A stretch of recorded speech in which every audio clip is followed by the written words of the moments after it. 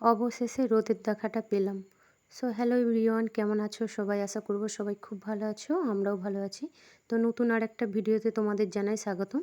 আজকে দিনটা ছিল শনিবার। আজকে সকালবেলা সমস্ত কাজ টাজ করে নিয়েছি, বাসি কাজ, স্নান করে পুজোও হয়ে গেছে। মেয়ের আজ থেকে পরীক্ষা শুরু হয়ে গেছে, কেননা আজকে 1 তারিখ। মেয়েকে স্কুলে দিয়ে এসেছি, তো দিয়ে এসে তারপর রান্না করতে বসে পড়েছি।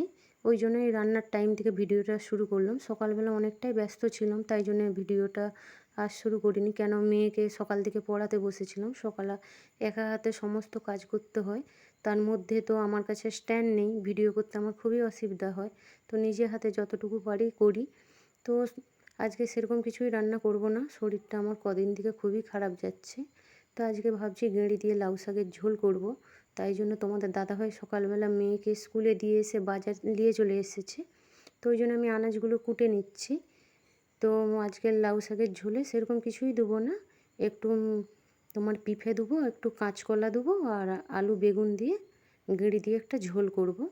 তো ওই জন্য আনাজগুলো কাটতে বসে পড়েছি। তো অনেক দিন পরে আজকে রোদ বেরিয়েছে, ভাবছি অনেকগুলো আজকে কাচাকুচি করব। তো এই তো 2 দিন আগে বাপের বাড়ি গিয়েছিলাম, সেই জামা প্যান্টগুলো পরে আছে, সেগুলোই ভাবছি ধুয়ে দেবো। কেননা কদিন ধরে তো বৃষ্টি হচ্ছে, সেভাবে জামা কাপড় ধুতে পারছি না। তাই রোদটা বেরিয়েছে, ভাবলাম যে সমস্ত জামা কাপড়গুলো কেচে নেবো। এদিকে লাউ শাকগুলোও কেটে নিচ্ছি। কী আনাজের দাম, কী খাবে বন্ধুরা! মানে এই বর্ষার জন্য সমস্ত চাষিদের এমনি সবজিপাতি নষ্ট হয়ে গেছে। তো এমনিতেই প্রচণ্ড আনাজের দাম। এই লাউ শাকটা মানে 2টো না 3টে আঁটি আছে 20 টাকা দাম। তো প্রচণ্ডই সবজির দাম, কিছু করার নেই, কি খেতে তো হবে, পেট তো আর শুনবে না। তো এই লাউ শাকের পাতাগুলো এত পোকা, যদি না ভালোভাবে বেছে রান্না করো না, তো কি বলবে, শুধুই পোকা আর সাদা সাদা ডিম। সেগুলোকে ভালোভাবে দেখে কুটে নিচ্ছি। একটু ভালোভাবেই দেখে আমি কুটি। সত্যি কথা বলতে আমি খাওয়ার জিনিস ভালোভাবে যতক্ষণ না পরিষ্কার পরিচ্ছন্নভাবে করব, আমার শান্তি হয় না। তাতে যদি আমার 1 ঘন্টার কাজ 2 ঘন্টা লাগে, আমার তাও ভালো। তো আনাজগুলো দেখছো কেটেই নিচ্ছি। তো রান্না বসানোর আগে কিছু মুড়ি খাওয়ার বাসন ছিল, সেগুলোকে ধুয়ে তুলে নিচ্ছি। তো অনেকগুলোই বাসন ছিল, রান্নাটা বসিয়েই দেবো, একটু বেলাও হয়ে গেছে। তো আজকে মাছও করব ভেবেছি, তোমাদের দাদাভাই মাছ এনেছে, মাছের ডিম এনেছে। তার আগে ভাবলাম যে রান্নাঘরটা পরিষ্কার করে দিই। এই সেদিনে রাত্রেবেলা লুচি আর করছিলাম, সুজি করেছিলাম। সেই সুজির প্যাকেটটা তোমাদের দাদাভাই আর আটকিয়ে রাখিনি, ওখানে রেখে দিয়েছিলাম, বাপের বাড়ি চলে গেছিলাম। তো এত পিঁমড়া হয়েছে কি বলবো। তো আমার এমনিতেই রোগ যে রান্না বসানোর আগে ভালোভাবে রান্নাঘর যতক্ষণ না পরিষ্কার করব, ততক্ষণ না আমার রান্না করে শান্তি পাই না। আমি সব দিনই রান্না করার আগে আগে রান্নাঘর ভালোভাবে পরিষ্কার করব, তারপরে রান্না করব। ওই জন্যে সমস্ত এগুলো সরি ভালোভাবে মুছে নিচ্ছি। তো সকালবেলা একবার পরিষ্কার হয়ে গেছে বাসি অবস্থায়, তো আরেকবার মুছে নিচ্ছি। কেননা তোমার সকালবেলা আলু ভাজা হয়েছিল, তো পেঁয়াজি হয়েছিল মুড়ি খাওয়ার জন্য। তো একটু তেল টেল পড়ে আছে, ওই জন্য ভাবলাম যে ভালোভাবে পরিষ্কার করে নিই, তারপরে এই রান্নাটা বসিয়ে নেবো। ওই জন্য ভালোভাবে বলি ডিপ ক্লিন করে নিই। সব দিন এমনিতেই মাসে আমি একবার করে রান্নাঘর পুরো পরিষ্কার করি। এদিকে দেখতেই পাচ্ছ সমস্ত আনাজ কুটে ধুয়ে নিয়েছি। এইদিকে এই যে ওই কটাই গেঁড়ি পেয়েছি। এমনিতেই বর্ষার জন্য পুকুর ভর্তি গেঁড়ি সেভাবে পাচ্ছি না, তবু লাউ শাকের ঝোলে একটু দিলে ভালো লাগে। তো আমি ভাতটা আর মাছটা বসিয়ে দিয়েছি। তো তারই মধ্যে জল চলে আসছে। তো জল ভরে দেখতেই পাচ্ছ কত কেচেছি। আজকে রোদটা এত সুন্দর বেরিয়েছে, তার মধ্যে অনেকগুলো চাল পড়েছিল, ভাবলাম যে চালটাও রোদে দিয়ে দিই। দেখতে পাচ্ছ এই যে আমার একটা ছোট্ট শসা গাছ হয়েছে। তো কি ফুল হয়েছে গাছটায় দেখো, তারই মধ্যে আবার একটা ছোট্ট শসা হয়েছে। কি ভালো লাগে না যে নিজে হাতে কিছু জিনিস একটা লাগালে। তো ভাত টাত খেয়ে শুয়ে পড়েছি, আর রান্নাটা তোমাদের দিকে দেখালাম না। তো শরীরটাও আমার ভালো নেই, তোমাদের দাদাভাই এসে একটু হেল্প করে দিয়েছে। আমার কাছে স্ট্যান্ড নেই বলে আমি সেভাবে ভিডিও ঠিকঠাক করতে পারি না, যতটুকু পারি করি, তোমাদের তুলে ধরি। তো কেমন ভিডিওটা হয় তোমরাই জানাবে। তো ঘুম থেকে উঠে একটু সন্ধ্যাই হয়ে গেছে, আজকে দেরি হয়ে গেছে একটু ঘুম থেকে উঠতে। তো বিকেলবেলা উঠে তো ঝাঁট দিয়ে দিচ্ছি। জানোই তো গ্রামে আমরা থাকি, তো সকালবেলাও ঝাঁট দিতে হবে আর বিকালবেলাও। তো বাইরটায় ঝাঁট তো দিতেই হবে আমাদের।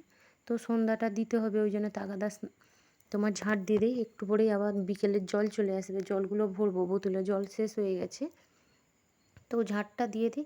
সন্ধ্যা হয়ে গেছে, ছাদে জামা কাপড়গুলোও পড়ে আছে, আমার তুলতে ভুলে গেছি, একটু দেরি হয়ে গেছে উঠতে ঘুম থেকে। ওই জন্য তাগাদা করে জামা কাপড়গুলো সমস্ত তুলে নিচ্ছি।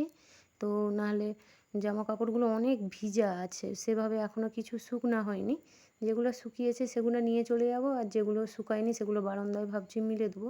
দেখতেই পাচ্ছ অন্ধকার টাইপের হয়েই গেছে। তো এবারে সন্ধ্যা দেওয়ার টাইম হয়ে গেছে। তো এরকম দেরি হয় না আমার, আজকে ঘুমটা ধরে গেছে। তো সন্ধ্যা হয়ে যেতে তোমাদের দাদাভাই সন্ধ্যাটা দিয়ে দিচ্ছে। মেয়েকে পড়াতে চলে আসবে এক্ষুনি ওর ম্যাম, ওই জন্য কী খাবে ডিম সিদ্ধ বসিয়েছিলাম, তো ডিম খেয়ে নিচ্ছি সবাই মিলে। আমার শরীরটা খুবই খারাপ, প্রচুর আমার প্রেশার লো হয়ে গেছে। তো আমার মানে কদিন ধরেই শরীরটা ভালো নেই, তাই জন্য তোমাদের দাদাভাই বলছিল না ডিম খাও, তো জোর করে ডিম সিদ্ধ বসিয়েছে। আমি তো কিছুই এখন খেতে পাচ্ছি না, শরীরটা ভালো নেই বলে। খেতে বসেছি, দেখি না ওর ম্যাম চলে এসছে, ওই জন্য তাগাদা খেয়ে নিচ্ছি। তোমাদের দাদাভাই জোর করে ডিম দিচ্ছে যে তুমি খেয়ে নাও, তোমার শরীরটা ভালো না। কিন্তু আমি খেতেই পাচ্ছি না কদিন ধরে, জানো তো। কি করব ভাবছি, ডাক্তার দেখাবো, শরীরটা একদমই ভালো লাগছে না। তো ওর ম্যাম পড়িয়ে দেওয়ার পরে আমি জামা কাপড়গুলো গোছ করতে বসে পড়েছি, যেগুলো কেচেছি, যেগুলো শুকিয়ে গেছে ভাবলাম যেগুলো পাট করে গুছিয়ে রেখে দিই। তো আমি না যতক্ষণ না গুছিয়ে বাগিয়ে রাখি আমার শান্তি নেই। তো যে যার আলাদা করে আমি পাট করে রাখি, কেননা খুঁজতে সুবিধা হবে। তো ওর মেয়ের আলাদা রাখি, তোমাদের দাদাভাইয়ের আলাদা রাখি, আমার জামা কাপড় আলাদা রাখি, তিনজনের যে যার জায়গায় রাখি, কেন খুঁজতে অসুবিধা হবে না, ওই জন্য আমি যে যার আলাদা করে পাট করে গুছিয়ে রেখে দিই। তো তারই মধ্যে মেয়েকে তো পড়িয়ে চলে গেছে, মেয়ের আবার সোমবার থেকে পরীক্ষা আছে, বাংলা পরীক্ষা আছে। ভাবছি একটু পরে মেয়েকে পড়তে বসাবো, কেননা এই পড়ি দিয়ে গেছে, একটু আধ ঘন্টা খেলে নে তারপরে পড়তে বসাবো। তোমাদের সাথে গল্প করতে করতে আমার দেখতেই পাচ্ছ প্রায় জামাগুলো সমস্ত কিছু পাট হয়েই গেছে। এবারে সব জামা কাপড়গুলো যে যার জায়গায় গুছিয়ে ভাবছি এবারে তুলে রেখে দেবো। তো মেয়ে তো আড়ি করছে তখন থেকে, বলছে মা খিদা পাচ্ছে। তো দেখি মেয়েকে ভাবছি একটা ম্যাগি করে দেবো। ভাবছি একটা গাইনো ডাক্তার দেখাবো, কেননা কদিন থেকেই তো বললাম আমার খুবই শরীরটা ভালো লাগছে না। কোথায় দেখাবো সেটাই ভাবছি, তোমাদের দাদাভাইকে বলছি যে একটা ভালো ডাক্তার দেখো। আমি একটা ভালো ডাক্তার দেখাবো, অনেক দিন থেকেই শরীরটা খুবই খারাপ লাগছে, কিছু কাজ করতেই মন যাচ্ছে না। তোমাদের দাদাভাই বাড়িতে আছে বলে অনেক আমার হেল্প করে দিচ্ছে, সত্যি কথা বলতে। ও যদি না থাকতো আমি যে কিভাবে একা হাতে সমস্ত কিছু করতাম, মেয়েকে স্কুল দিতে যাওয়া আনতে যাওয়া কিভাবে যে করতাম আমি নিজেও জানি না। তো দেখতেই পাচ্ছ পাট হয়ে গেছে, এবারে জামা কাপড়গুলো সব যে যার জায়গায় তুলে রেখে দিই, কেননা মেয়েকে পড়ি দিয়ে গেছে, ওখানটা একটু ঝাঁট দিয়ে দেবো, কেন নোংরা পড়েছে ওখানটায়। এই আন্নাটা আগে উপরে রেখেছিলাম ওপর ঘরেতে, তারপরে নিচু ঘরটা যখন হয়েছে আন্নাটাকে নামিয়ে দিয়েছি। তো আমার খুবই সুবিধা হয়েছে নিচে রাখার জন্য, উপরে যখন থাকতো খুবই আমার অসুবিধা হতো এই জামা কাপড়গুলো নিয়ে যে রাখা ওই দিক দিয়ে। আমার নিচে আসতে সত্যি কথা বলতে খুবই সুবিধা হয়েছে আন্নাটাকে। আর নিচে একটু গুছিয়ে বাগিয়ে না রাখলে কেমন লাগে বলো তো, এখানে ওর ম্যাম পড়াতে আসে, এখানে আমাকে তো বাগিয়ে গুছিয়ে রাখতেই হবে। এবার বইগুলো পড়ে আছে, মেয়ের বইগুলোও ভালো করে তুলে রেখে দিতে হবে। তো সারাদিনে যে কত গুছাই আমি তোমাদের কি বলবো। এই মেয়ের বইগুলোকে গুছিয়ে রাখছি, এই বইগুলোকে টেনে গুনে দিচ্ছে, একটা জামা আনতে গিয়ে আরেকটা জামা ফেলে দিচ্ছে, আমার সারাদিন এই লেগে যায়, গুছাতে পাকাতেই লেগে যায়।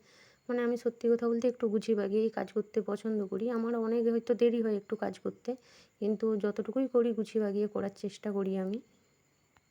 ফ্রিজটায়ও খুব ধুলো পড়েছে, ভাবছি কালকে দিক করে ফ্রিজটাকেও একটু পরিষ্কার করব, কেননা দুদিন বাপের বাড়ি ছিলাম তো ফ্রিজটাও একটু বন্ধ আছে, ভাবলাম যে কালকে ফ্রিজটা পরিষ্কার করে নেবো। কালকে রবিবার আছে, মেয়ে স্কুল নেই, হাতে একটু টাইমও আছে, ভাবছি কালকেই করে নেবো।